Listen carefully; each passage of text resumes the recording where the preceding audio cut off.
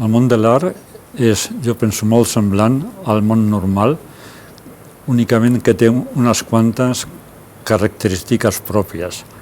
És molt semblant en quan arribes a una edat, ja ve una altra generació que pren el lloc que tu ocupaves o has intentat ocupar, o sigui que es nota que hi ha ganes com no d'apartar-te, però d'ocupar buits i ocupar puestos. Però això passa en tot, vull dir que passa als artistes i passa en totes les professions. El món de l'art té una característica pròpia que jo penso que és la important de veritat, no?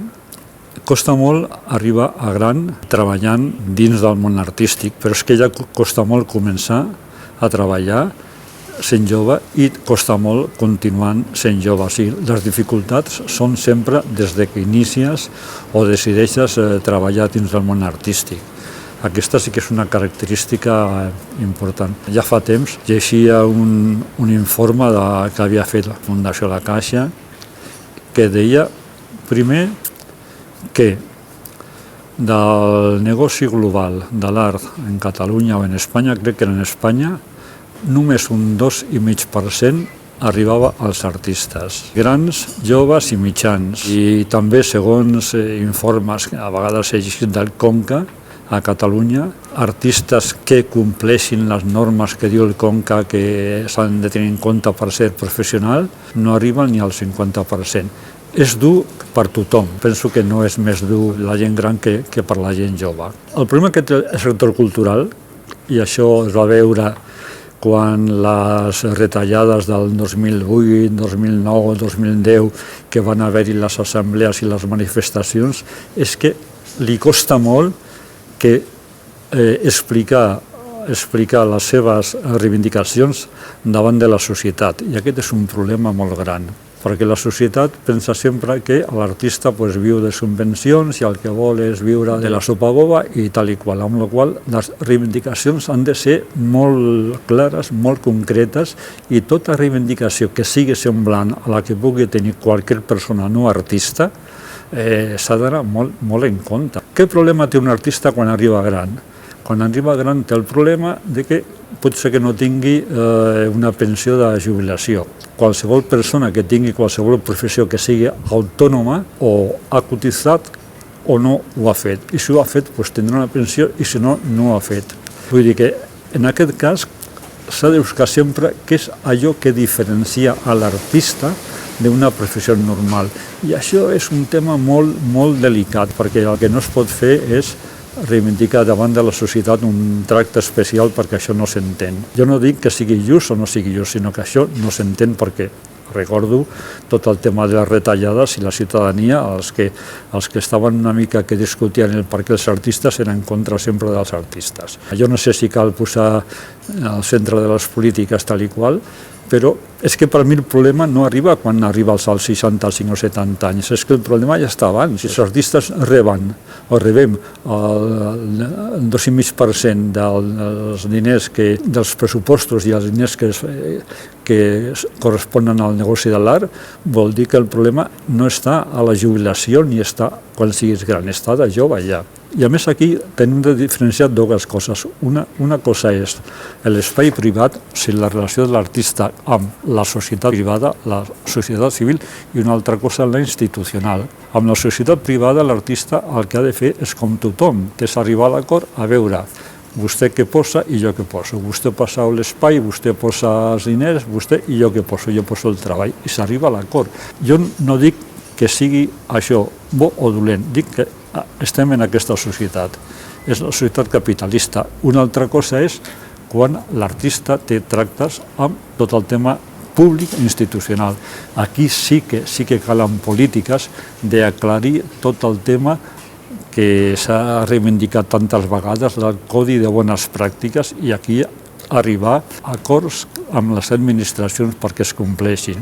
Hi ha una tradició antiga que jo penso que en aquest moment ja no té sentit, que és la idea per la qual quan un espai públic deixa un artista que presenti el seu treball, sigui el que sigui, el que està fent ja és donar l'oportunitat a que l'artista sigui conegut i tu pots arribar a l'acord amb un espai privat, però amb el públic mai a la vida. L'espai públic dedicat a l'art està creat perquè l'art es desenvolupi i el desenvolupen els artistes. I això es té de pagar. I això és el Codi de Bones Pràctiques. El Codi de Bones Pràctiques no es pot aplicar, en principi, també a la part privada. I està molt bé, puc presentar un treball en aquest espai, però aquell altre, que no em donen res de res, en canvi és més conegut i té més importància. Bueno, què fa l'artista? Això es té de calibrar molt com es fa. Per mi hi ha una diferència. Espai privat, s'arriba a l'acord artista a persona privada. Espai públic sempre ha de correspondre a l'artista amb pagar el seu treball. El que no pot ser és que hi hagi un espai públic i quan es fa una presentació d'un projecte o el que sigui, cobri tothom menys l'artista. Això no pot ser. Jo com a persona gran no ho reivindico. Estem en un país que ha arribat molt tard al món de l'art, al món contemporani, i això ha fet que moltes coses arribin tard, que ara s'estiguin reivindicant, que això està molt bé, però a veure, mira, un exemple, no? A mi em van convidar l'any abans de la pandèmia a una residència artística a França. Tenia 69 anys. Això aquí és més complicat que passi. Hem arribat molt tard i calen fer moltes coses. El que passa és que calen fer-les ben fetes. El que és important és que les associacions d'artistes, les PAC, Xarxa Prot, tinguin realment veu i vot dins de les taules de treball de la Generalitat.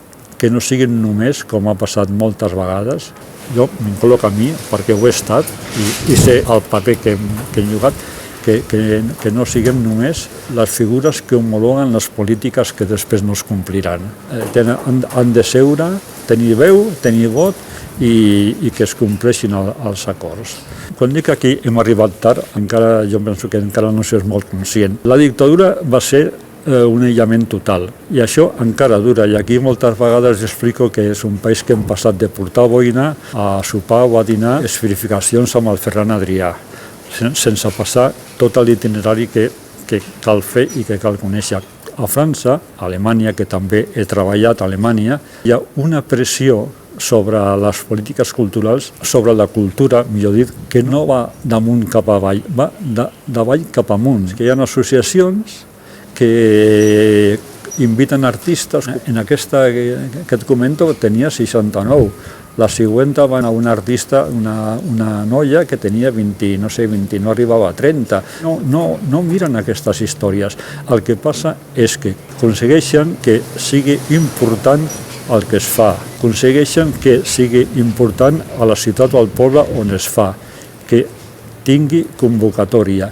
I això és una pressió que fa que els polítics es veuen obligats a donar importància a la cultura. A Alemanya no és important perquè tingui a Berlín l'Hamburger Bahnhof o el Martin Gropius. És important perquè en molts llocs petits sempre trobes que hi ha treballs artístics que ha fet... Hi ha un artista, escolta, l'avi, el nen o la nena, però això és una pressió cap amunt. Això és la base que es diu. I això en aquest país no passa. Quantes persones, quants ciutadans han comprat en la seva vida una obra d'art? Ja no dic una obra cara, un dibuixet, un gravat. L'administració no té pressió. L'Oriol Bohigas, l'arquitecte, quan va ser regidor de Cultura als primers ajuntaments democràtics, va explicar que com a arquitecte, si fos regidor d'urbanisme, si un dia hi havia un forat a Pau Clarís i en 2 dies no estava arreglat, tota la ciutadania se li ficava a sobre. I en canvi, com a regidor de Cultura, si tancava el liceu o el no sé què, el no sé quants, ningú diria res, només la gent del món de la cultura. Aquí està el problema, que la cultura sembla una cosa aïllada que no té res a veure amb la societat. I la societat com a màxim és espectadora, perquè s'ha fomentat la cultura espectacle d'allò que es fa en el món de la cultura, però no és participadora. Per mi el problema està en què fas perquè la ciutadania sigui còmplice amb la cultura, sigui partícip de la cultura, perquè mentre no ho sigui, què fas? Respondre a convocatòries d'ajuts, de subvencions. S'ha dit moltes vegades que el tema és l'educació, però és que és veritat. El que passa que l'educació no és fer un projecte i als 4 anys a veure què ha passat, no, és un pim-pam, de picar molta pedra i sobretot que sigui un tipus d'educació que fomenti l'experiència. Això passa molt a Catalunya, passa molt a la música. Hi ha milers de nens i nenes que fan música a l'ESMUC a tota Catalunya. Aquesta és una experiència fantàstica, meravellosa. Pues això també ha de ser dins del món artístic. Si a les escoles horaris tal i qual cada vegada són menys, la ciutadania que pensa, bueno, això continua sent una maria. I la cultura s'ha de treballar perquè tingui prestigi i perquè la ciutadania ho vegi com quelcom que val la pena. Al món privat sí que és veritat que hi ha més oportunitats, és possible quan ets jove. Perquè, bueno, com no hi ha mercat, el mercat fonamental del tipus d'art que es pot vendre, o sigui, és molt més fàcil vendre una pintura que no vendre una performance. Què passa? Que els primers clients són la teva família i els teus amics. Hi ha moltes galeries, o hi havia galeries que, bueno, quan eres jove sempre comptaven que si t'exposaven vendrien, no sé, 7 o 8 o 9 peces. A mesura que et vas fer gran o vas tenint ja un nom una mica consolidat, això costa més que passi. El problema de l'art és que li falta la complicitat de la ciutadania. No és important per la ciutadania. Jo també penso que el sector artístic de vegades no expliquen bé el treball. Aquí també faria una mica de crítica al sector artístic. Una diferència d'ara, en fa 50 anys, és que abans hi havia menys espais, però la veu s'escoltava més, que ara hi ha espais per dir coses, el que passa que és com si els missatges fossin molt iguals, molt homogenis. Trobo que falta en general això que es diu una massa crítica. Hi ha una mena com de mirada cap a l'administració contínua i tot el temps, que clar, abans no hi havia perquè no podia ser. Fa 50 anys encara no hi havia democràcia, era impossible mirar cap a l'administració i si miraves, allà tu, no? Massa crítica, quan parlem de l'art, quan parlem del mercat artístic, som un país molt jove, una democràcia molt jove. I això suposo que anirà canviant. El TPK ja sabeu que la Charo i jo som els fundadors del TPK, el 1977 i tota la pesca, no? I que el 91, amb un col·lectiu de Marsella, l'Estat Plàstic, i amb la UFA Fabrik de Berlín, organitzem la primera Bienal d'Art de grup d'Europa.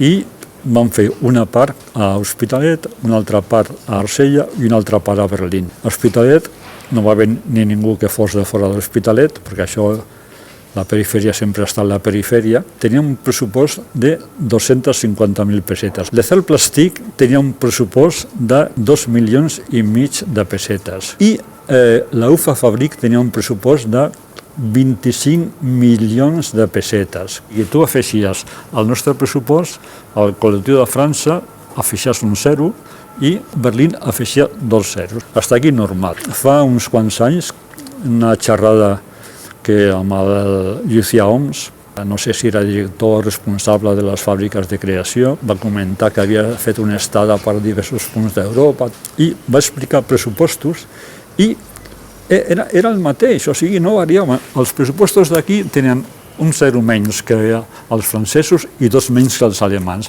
I dic, hosti, tu, després de 30 anys estem igual. I després el criteri.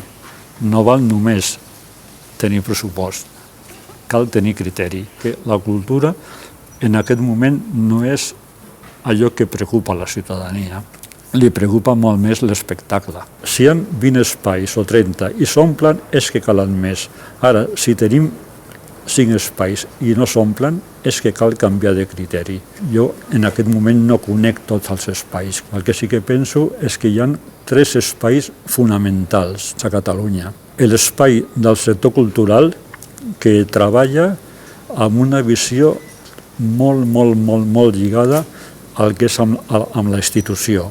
Hi ha les institucions i després hi ha un sector cultural que va per lliure i és molt interessant i no es plantegen mai quina és la seva relació amb la institució. I això també existeix. El que estaria molt bé és d'alguna manera lligar aquests espais, aquestes estructures per crear un discurs més potent i més fort. Tu vas a França, vas a Alemanya i de la mateixa manera que art contemporani és tot allò que reflexa el pensament contemporani, que converteix el pensament en metàfora amb el llenguatge que sigui. Pues no hi ha jerarquies entre gent més gran i gent més jove, i a fora sí que és possible que calgui ajudar més a la gent jove que a la gent gran. Perquè una cosa que també passa a fora, i que aquí jo trobo que és una reivindicació que vull fer, és que no s'acaba de veure que un artista tingui una altra professió, es guanyi la vida d'una altra manera, doni classes. El donar classes és un ajut enorme per un artista per fer autocrítica del seu criteri i per fer-li avançar dins del seu criteri. El Boix va donar classes quasi bé fins que es va morir, i dic el Boix com altra moltíssima gent, no? Vull dir que gent dels abstractes nord-americans, i moltes vegades això es veu com l'artista, el pobre, mira, dona classes, no? Que donar classes el que estàs és fent autocrítica de la teva actitud davant d'unes persones, i això repercuteix en el teu treball, que serà més bo, més dolent, més interessant o no, però el que sí que té que tenir el teu treball, penso jo, és una mínima coherència amb la teva persona, i que encara que siguin els errors, que siguin teus, que no siguin perquè està de moda això o l'altre.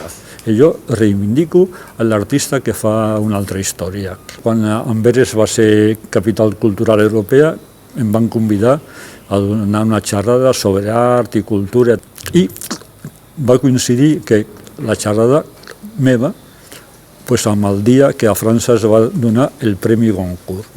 La quantitat de diners, però molt més que el Planeta, que ja és una borrada. I l'escriptor que ho va guanyar era un senyor que treballava en un quiosc, era llicenciat a filosofia.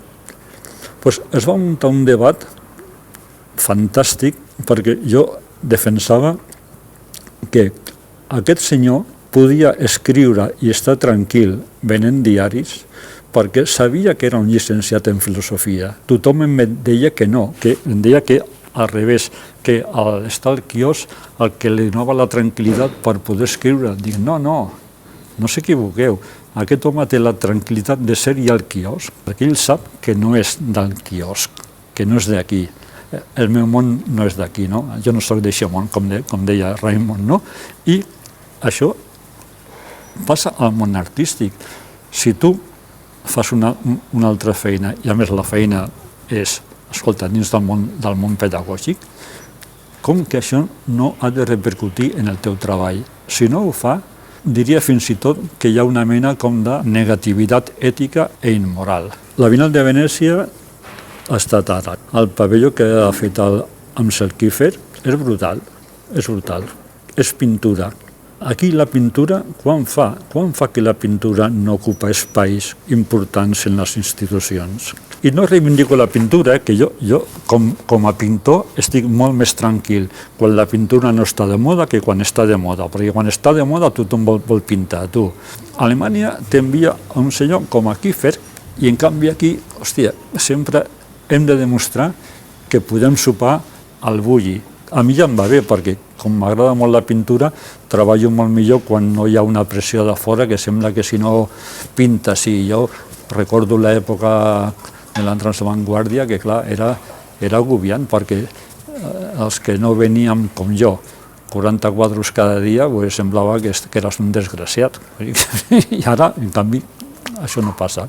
Però aquí sempre s'ha de demostrar que són l'últim de l'últim de l'últim. Hi ha països que no els cal demostrar això, que no els cal.